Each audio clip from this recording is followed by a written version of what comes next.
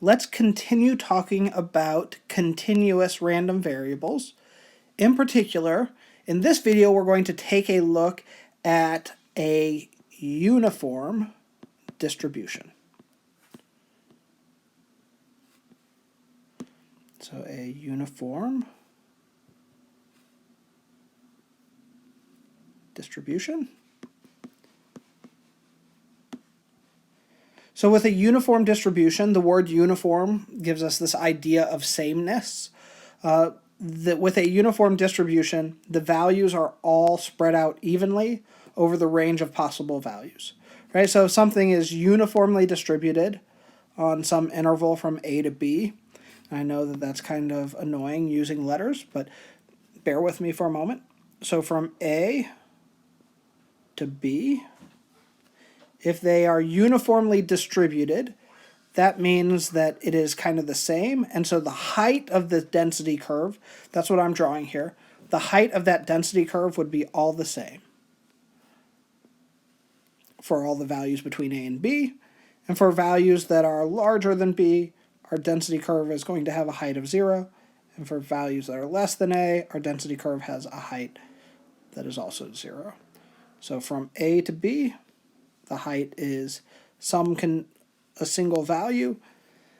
And yeah, so what is the height of that density curve going to need to be if it is uniformly continuous over a closed interval from A to B? Well, let's think about what shape this is, right? So what's the shape of this density curve? So that shape right there that I've outlined above, that is a rectangle. And so what do we know about the density curves? What needs to be true of the total area under the curve? The total area under the curve needs to be equal to 1. So that area of that rectangle has to be 1. So we have this rectangle has height h, and the length of that rectangle is b minus a. And so the height, in order for the area of the rectangle to be equal to 1, the height is going to have to be 1 over b minus a. So b minus a is this length right here. If this value is 1 over b minus a, then when we multiply those two things together to get the area of the rectangle, we would get a value of 1 because the b minus a's would cancel out. Beautiful. All right, so let's take a look at an example. The wait time at a restaurant is uniformly distributed between 5 minutes and 30 minutes. We are going to first find the probability that a customer has to wait between 7 and 12 minutes. So let's draw that density curve. So it's uniformly distributed between 5 and 30. So somewhere here we have 5. Somewhere here we have 30. So our density curve is going to look like this. What's the height of this? Well, it's going to be 1 over 30 minus the 5, right? So 1 over b minus a. So 1 over 25 is the height of our density curve. So that doesn't answer our question yet. That just gets us to the density curve that we happen to be working with here. And so now with this density curve, we need to find the probability that we're between 7 and 12. So somewhere here is 7. Somewhere up here is 12. This is not drawn to scale, but we want to know what's the probability it's between 7 and 12. So for density curves, for those probabilities, we want to find the area of this shaded region. And so we found earlier the height is 1 over 25. And so we just want to find the area of this rectangle here. And so we're going to take 12 minus 7, and then we're going to multiply that by the height, which is 1 over 25. 12 minus 7 is 5. And so we get 1/5, 5 over 25, which reduces to 1/5, or 0.2, 20%. So 20% of the time, the customer at this restaurant will have to wait between 7 and 12 minutes. What if we want to find the probability the customer has to wait at least 10 minutes? Well, here we're dealing with exactly the same probability distribution. So we have 5 and 30. Our height is still going to be 1 over 25.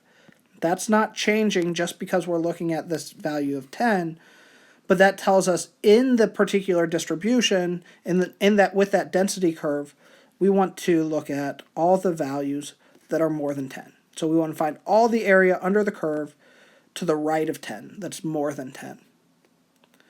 And so we're finding the area of that shaded rectangle.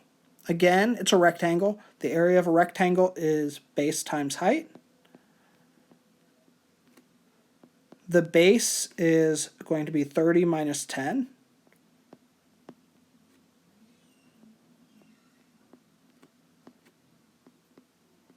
And the height is still 1 over 25. So we get 20 over 25, which is 4/5, or 0.8.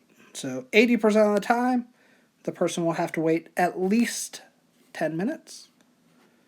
And let's look at one final question associated with this. So our final question here is, find the probability that a customer has to wait less than 14 minutes. So again, same density curve. So from 5 to 30 are all the possible things that could happen for this customer. It's not possible for this customer to wait less than 5 minutes because they are uniformly distributed between 5 and 30. That tells us those are all the possibilities, that 5 to 30, and all of those possibilities are equally likely. We want to know less than 14. So if this is 14, we want to shade the area to the left of 14. Again, it's a new rectangle. We're going to find the area of that rectangle. Base times height. The base of this rectangle is 14, has a length that's 14 minus 5. The height is still 1 over 25. So we get 9/25, or 0.36. So 36% of the time, they would be waiting less than 14 minutes. So that's how we deal with a uniform distribution. That's probably the simplest continuous distribution in terms of finding these probabilities. In the next video, we're going to start looking at normal distributions, and finding those probabilities is going to require use of technology because it's going to be beyond the scope of anything we'll be able to solve by hand. All right, we will see you there.